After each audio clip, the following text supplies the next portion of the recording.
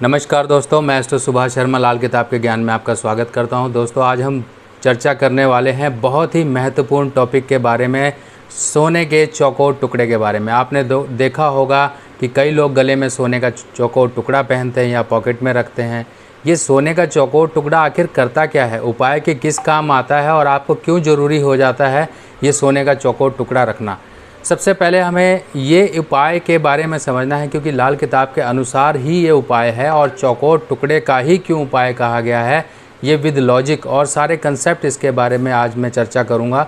और आज आपके सारे डाउट्स क्लियर करूंगा कि आपको सोने का चौकोर टुकड़ा कब और किस कंडीशन में रखनी है।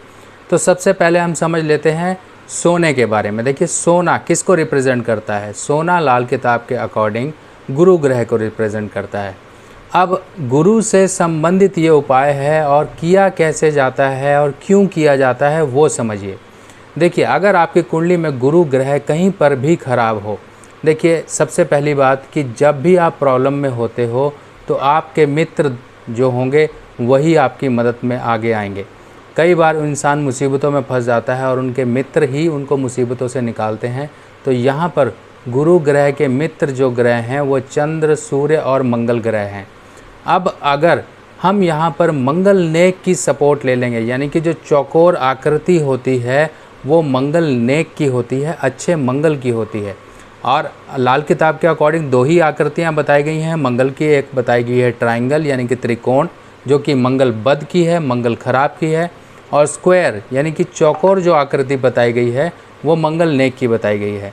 तो यहाँ पर हमने बृहस्पति को जो सपोर्ट दी वो मंगल नेक की दी। कई बार हमें लाल किताब के अकॉर्डिंग ये भी कहा जाता है कि चांदी का चौकोर टुकड़ा रखिए, उसका कंसेप्ट अलग हो गया। वहाँ पर भी हमने मंगल नेक की सपोर्ट ली और चांदी जो कि चंद्रमा को रिप्रेजेंट करती है उसके लिए हमने चांदी का सपोर्ट लिया। यहाँ पर हमने मंगल बद के, शनि के, राहु के, सबके उपाय के लिए चांदी का सपोर्ट लिया। अब यहाँ पर हम उपाय कर रहे हैं बृहस्पति का। तो बृहस्पति की जो कारक धातु है वो है सोना, और वो भी शुद्ध सोना, किसी भी तरह की मिलावट से दूर सोना जो होगा, प्योर जो वो सोना होगा वो शुद्ध बृहस्पति की कारक मेटल होगी। तो यहाँ पर हमने जो मेटल लिया वो लिया हमने बृहस्पति के लिए ये शुद्ध सोना। और यहाँ पे जो सपोर्ट ली यानी कि ट्रायंगल को छोड़कर हमने जो स्क्वायर आकृति का एक चौकोर टुकड़ा रखा, उससे आ गया यहाँ पर मंगल नेक का सपोर्ट बृहस्पति को। बृहस्पति और मंगल नेक का सपोर्ट करना पड़ेगा। अब जो स्क्वायर चौकोर टुकड़ा होगा वहाँ पर एक मंगल नेक की पावर आ गई।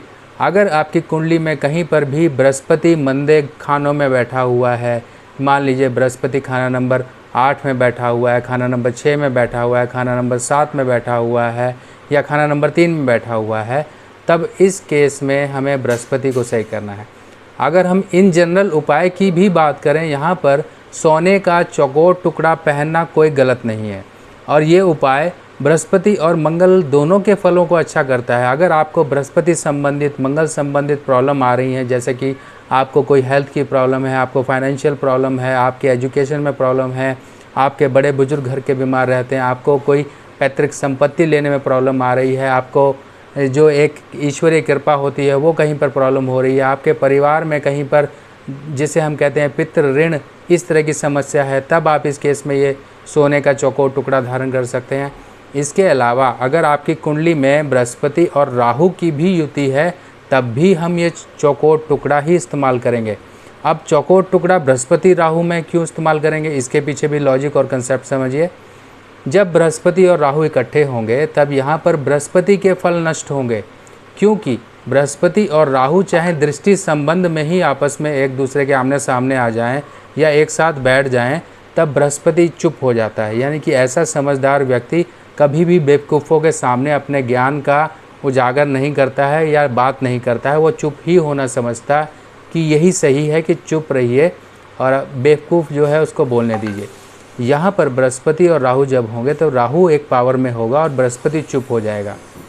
अब जैसा कि आप जानते हैं लाल किताब के अनुसार कि राहु को कंट्रोल करने के लिए मंगल ही एकमात्र शक्ति है, क्योंकि महावत है मंगल और मंगल ही राहु को कंट्रोल कर सकता है। और बृहस्पति को सपोर्ट देने के लिए यहाँ पर हम मंगल की मदद लेते हैं।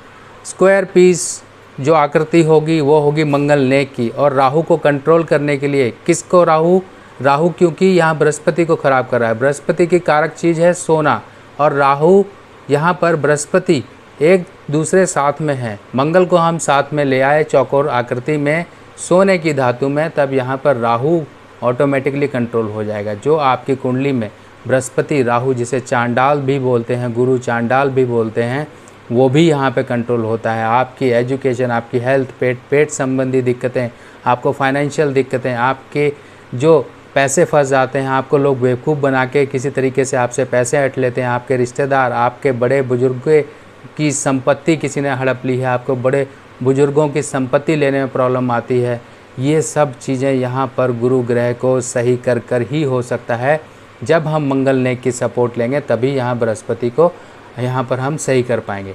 जब मंगल खाना नंबर 1 में हो, मंगल खाना नंबर 2 में हो, या फिर बृहस्पति खाना नंबर 1 में हो, या फिर बृहस्पति और मंगल का कहीं से सपोर्ट बन रहा हो, जैसे कि मान लीजिए बृहस्पति खाना नंबर 8 में है और मंगल खाना नंबर 1 में है, या फिर मंगल खाना नंबर 12 में है, कहीं ना कहीं इनका संबंध भी बन रहा हो, तब भी सोने का चौकोर टुकड़ा काम करता है।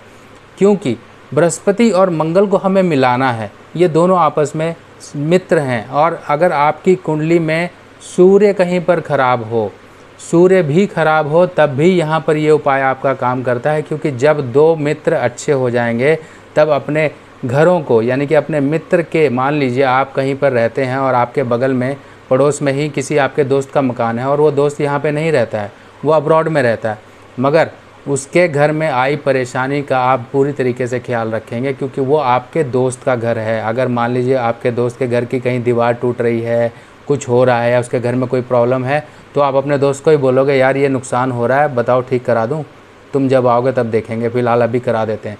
तो यही चीज़ एक कंसेप्ट मान के चलिए कि मान लीजिए अगर आपकी कुंडली में कहीं सूर्य खराब हो रहा है, सूर्य कहीं पर राहु के साथ दृष्टि है, या फिर खाना नंबर 8 में है, खाना नंबर 6 में है, 7 में है, कहीं पर भी किसी दुश्मन ग्रहों के साथ आ रहा है, सूर्य को एक नेगेटिव पावर मिल रही है, तब यहाँ पर हम बृहस्पति और मंगल को सपोर्ट देंगे, यानी कि बृहस्पति और मंगल को एक साथ करेंगे, जिससे कि वो कहीं इनडायरेक्टली आपके सूर्य को भी अच्छे एक रिस्पॉन्स देना शुरू कर देते हैं, सूर्य को भी पावर देना शुरू कर देते हैं।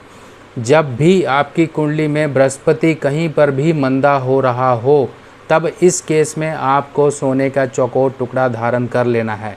इसके पीछे आपको कुछ नहीं सोचना है कि हाँ मैं ये टुकड़ा धारण करूं या नहीं करूं, कि मैं पहले एस्ट्रोलॉजर को दिखाऊंगा। आपको कुछ नहीं सोचना है। आपको अगर परेशानी आ रही है, आपका बच्चा नहीं पढ़ रहा है, एजुकेशन में कहीं प्रॉब्लम है, सोने का चौकोर टुकड़ा धारण कराइए।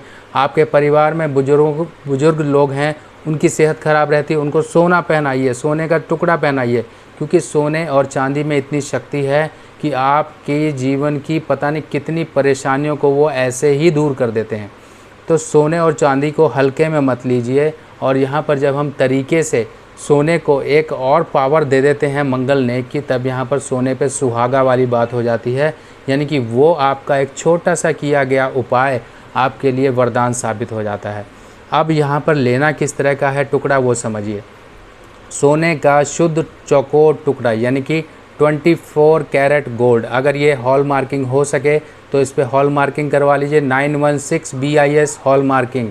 आप ये समझ लीजिए 916 BIS हॉल मार्किंग, ये शुद्ध सोने की पहचान होती है। प्रॉपर लेबोरेटरी से टेस्ट होकर इसके ऊपर हॉल मार्किंग लगती है। आपने देखा होगा ट्रायंगल का एक निशान उस पर बनता है, वो एक निशान आपको BIS हॉल मार्किंग, वो एक लैब का निशान होता है, वो हॉल मार्किंग करके आपको देते हैं।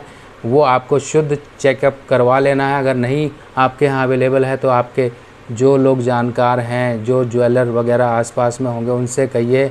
आपके घर में कोई सिक्का पड़ा होगा शुद्ध, जो कि बैंक वगैरह से मिलते हैं, दिवाली दशहरे में आप ख़रीदते हैं, कोई प्योर जिसके ऊपर मोहर लगी हुई कि ये प्योर है, आप सामने बैठ के उसकी कटिंग करवा लीजिए और एक चौकोर टुकड़ा बनवा लीजिए। अब इसका वेट क्या लेना है? वेट देखिए, एक्चुअली तो हमें 4 ग्राम लेना है। 4 ग्राम ले सकते हैं आप, 16 ग्राम ले सकते हैं, जितनी आपकी कैपेसिटी है उस हिसाब से लीजिए। मिनिमम इसको 4 ग्राम रखिए तो बहुत अच्छा है, नहीं तो 4 ग्राम तो नेचुरली अगर आप कोई ज्वेलरी भी धारण करते हैं तब भी आप ये सोचते हैं चलो हैवी बनवा लेते हैं, लाइफ टाइम ही तो पहननी है। तो इसको भी एक तरीके से आप इन्वेस्टमेंट समझिए, आपका सोना है, कहीं नहीं जाएगा। आज मान लीजिए आपने 20,000 रुपये का ख़रीदा है, तो ये 5 साल बाद आपका 25 साल में ही बिकेगा। नुकसान तब भी नहीं है क्योंकि सोना आपका अपना ही है। ये कोई मोबाइल नहीं है, आज आपने 20,000 का ख़रीदा और महीने बाद वो 10,000 का बिक रहा है। ये तो सोना है। आपकी जितनी कीमत लगी हुई है उससे दुगनी कीमत ये आपको देगा एक समय में, जब आपको ज़रूरत होगी इसको बेचने की।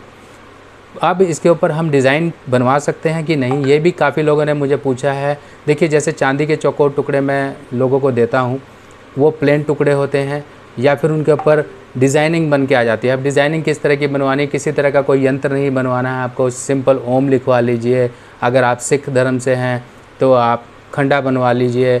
अगर आप कोई और चीज़ें स्वास्तिक बनवाना चाहते हैं तो नॉर्मल चीज़ें जैसे आपकी रिलीजन या बिलीफ हैं जो भी हैं, आप वो चीज़ें बनवा सकते हैं। कोई यंत्र वगैरह बनवाने की ज़रूरत नहीं है। कोई डिज़ाइन बनवा सकते हैं, अपना नाम लिखवा सकते हैं। जनरली हम लेज़र से लिखवा के दे देते हैं क्योंकि यहाँ पे लेज़र की प्रिंटिंग वगैरह होती है, उससे सारा कुछ आ जाता है।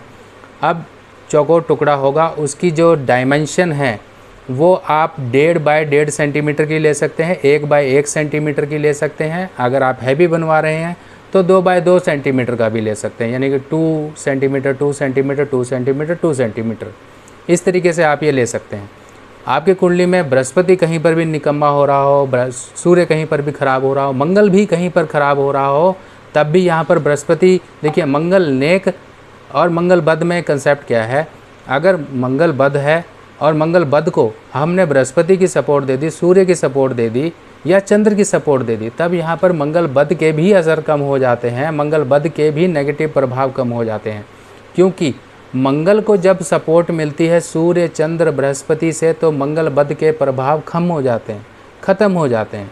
उस केस में यहाँ पर अगर हमने बृहस्पति को सही किया तो इनडायरेक्टली आपका सूर्य भी सही हुआ, इनडायरेक्टली आपका मंगल भी सही हुआ, इनडायरेक्टली आपका चंद्र भी सही हुआ, क्योंकि ये सब आपस में मित्र ग्रह हैं। हमने दुश्मन ग्रहों की पावर को बढ़ाना नहीं है, दुश्मन ग्रहों को और ज़्यादा ख़राब करना नहीं है।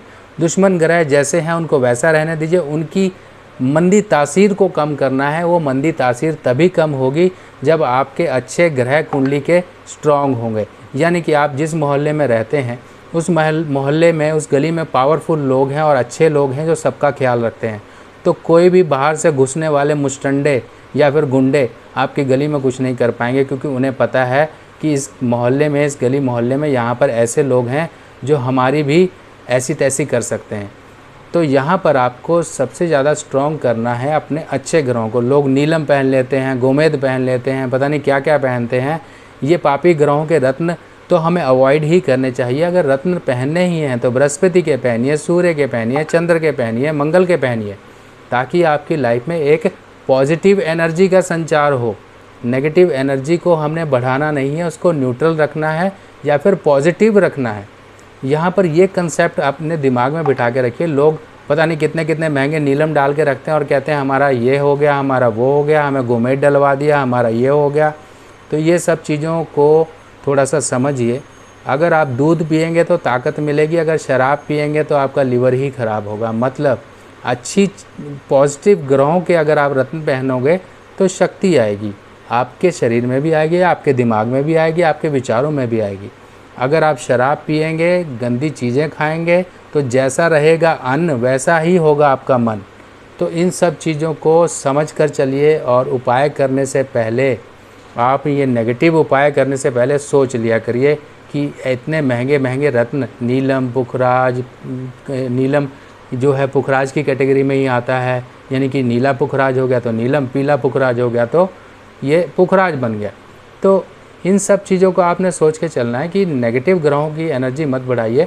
बाकी दोस्तों, आप लोगों से मैं गुजारिश करता हूँ, रिक्वेस्ट करता हूँ कि प्लीज़ आप मुझे व्हाट्सएप ही किया करें, कॉल मत किया करें, क्योंकि मेरा शेड्यूल बहुत टाइट रहता है जिस वजह से मैं कॉल अटेंड नहीं कर पाता हूँ। आप व्हाट्सएप करके छोड़ दिया करें तो ये होगा कि मेरे पास जैसे समय आता रहेगा मैं व्हाट्सएप चेक करूँगा और आपके रिप्लाई करूँगा। बाकी आप लोगों को कितना मज़ा आ रहा है, कितना कुछ सीख रहे हो, क्या आपकी नॉलेज इंक्रीज़ हो रही है, आपके दिमाग में और क्या क्या आइडियाज़ हैं कि आप ऐसे ऐसी वीडियोस चाहते हैं, तो मुझे ज़रूर आप फीडबैक और कमेंट में चीज़ें बोलते रहिए ताकि मैं अपने माइंड में रखूं और आपके लिए कुछ रिसर्च करके कुछ और चीज़ें ऐड करके इन्फॉर्मेशन की आपके सामने पेश होता रहूं। बाकी नेक्स्ट वीडियो में फिर मिलेंगे, तब तक के लिए अपने सुभाष भाई को आज्ञा दीजिए। नमस्कार।